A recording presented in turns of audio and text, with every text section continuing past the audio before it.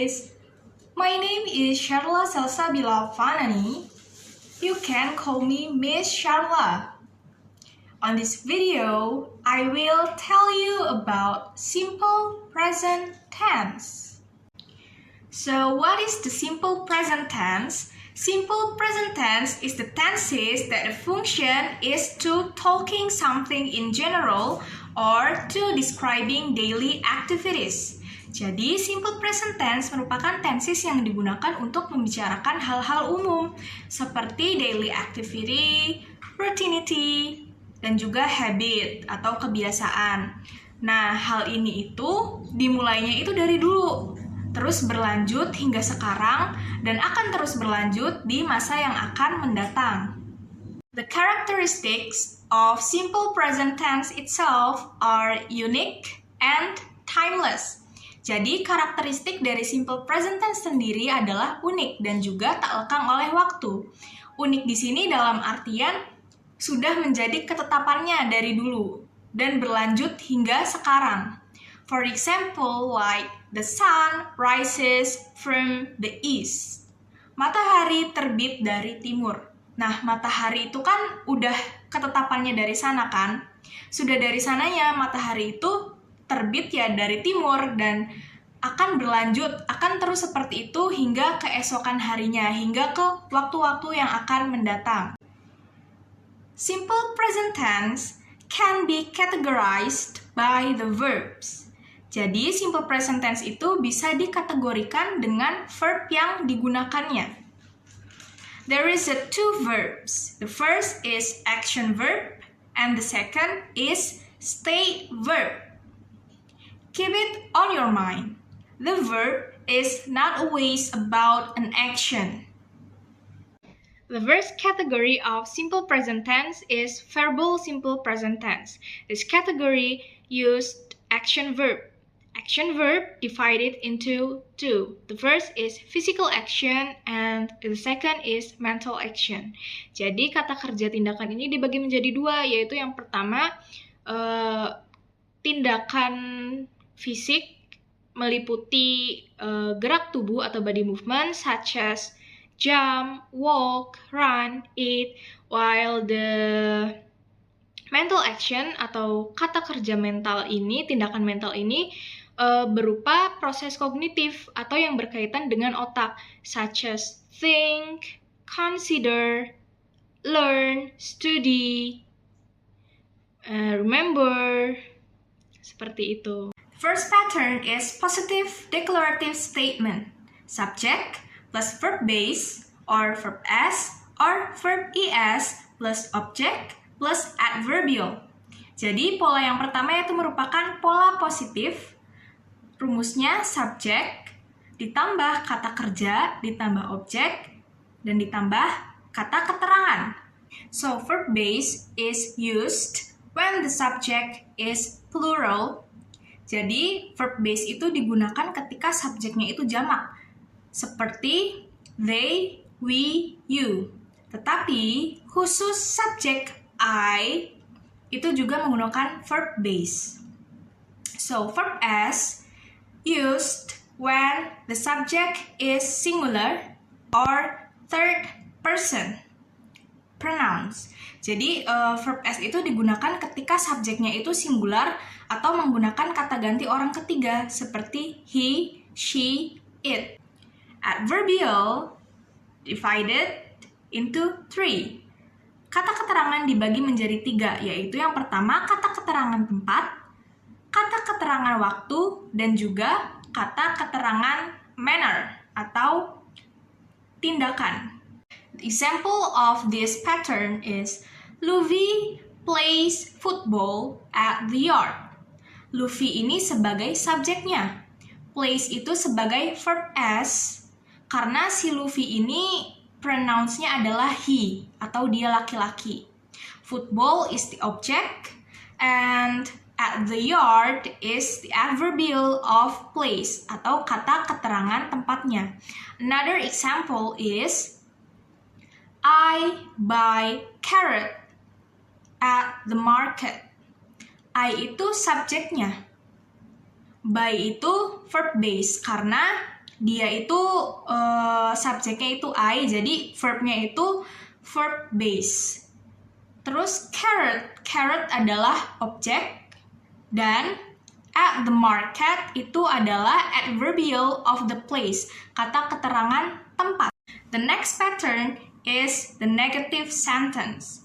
Perlu diingat bahwa action verb ini selalu ditandai dengan to be, do, does, and did. Sehingga patternnya adalah subject plus do or does plus not plus verb base plus object plus adverbial. Nah, do atau does ini disesuaikan dengan subjeknya. Kalau subjeknya plural atau jamak dan juga subjeknya itu I, itu pakainya do. Tetapi kalau yang subjeknya singular atau menggunakan kata ganti orang ketiga itu pakainya does.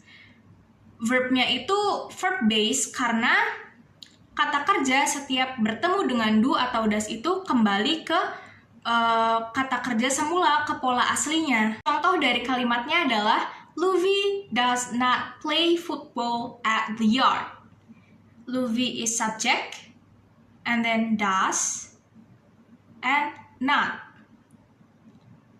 Play is verb base, football is object, at the yard is the adverbial of place. Another example. I do not buy carrot at the market. I is subject, and then do, and not. Buy is verb base, carrot is object, at the market is adverbial of the place. The third pattern of these tenses is interrogative atau kalimat tanya. Patternnya adalah do or does plus subject plus verb base plus object plus adverbial. Nah, perlu diingat ya, untuk di kalimat interrogatif atau kalimat tanya itu to be, do atau does-nya itu diletakkannya sebelum subjek, jadi diletakkannya itu paling depan. Jangan lupa di akhirannya juga dikasih tanda tanya. For the example, does Luffy play football at the yard? Do they buy chocolate at the convenience store? Nominal simple present tense. This category use state verb. Jadi kategori ini menggunakan state verb atau kata kerja yang fungsinya adalah untuk mendeskripsikan suatu kondisi atau situasi. Ditandai dengan penggunaan to be, is, aim, are sebagai penegas atau penjelas dari subjek yang dideskripsikan. The first pattern is the positive sentence. Subject plus to be, is, or aim, or are plus complement. Nah, to be, is, am, are-nya ini disesuaikan dengan subjeknya. Kalau subjeknya itu singular, he, she, it, itu pakainya is. Tapi kalau subjeknya I, itu pakainya aim. Kalau yang subjeknya plural atau jamak, they, we, you, itu menggunakannya are. Dan di sini pakainya itu complement. Can be a noun, adjective, or prepositional phrases. Jadi, kata pelengkap itu bisa berupa kata benda, kata sifat, dan juga frasa preposisi. For the example, she is a doctor. She is subject. Is to be. A doctor is complement of noun, karena seorang dokter itu merupakan sebuah kata benda. The next example, we are happy. We is subject. Are is to be, happy is the complement of adjective. Karena bahagia atau happy itu merupakan kata sifat. The next example, the cat is under the tree. Jadi, the cat-nya itu subject, is itu to be, under the tree-nya itu prepositional phrases. The second pattern is negative sentence. The pattern is subject plus to be plus not plus complement. For example, Zoro is not angry. Zoro is subject. Is to be, adding with not. Angry is complement of adjective. Diego is not an engineer. Diego is subject. Is to be adding with not. An engineer is complement of noun. The last pattern is interrogative sentence atau kalimat tanya. Patternnya adalah to be plus subject plus complement. Nah, di kalimat tanya ini, to be ini diletakkannya di depan sebelum subject. Dan jangan lupa di akhirnya itu dikasih tanda tanya. For example, are you ready? Are is to be, you is subject, ready is complement of adjectives. Is the apple on the basket? Is to be, apple is subject, on the basket is complement of prepositional phrases. Is he a pilot? Is to be, he is subject, a pilot is complement of noun. Oke, jadi itu saja yang bisa saya sampaikan di video kali ini. Semoga video materi pembelajaran saya ini bisa berguna untuk kalian semua, khususnya para siswa kelas 7 yang tengah mempelajari simple present tense. Thank you for your attention and see you on my next video. Bye!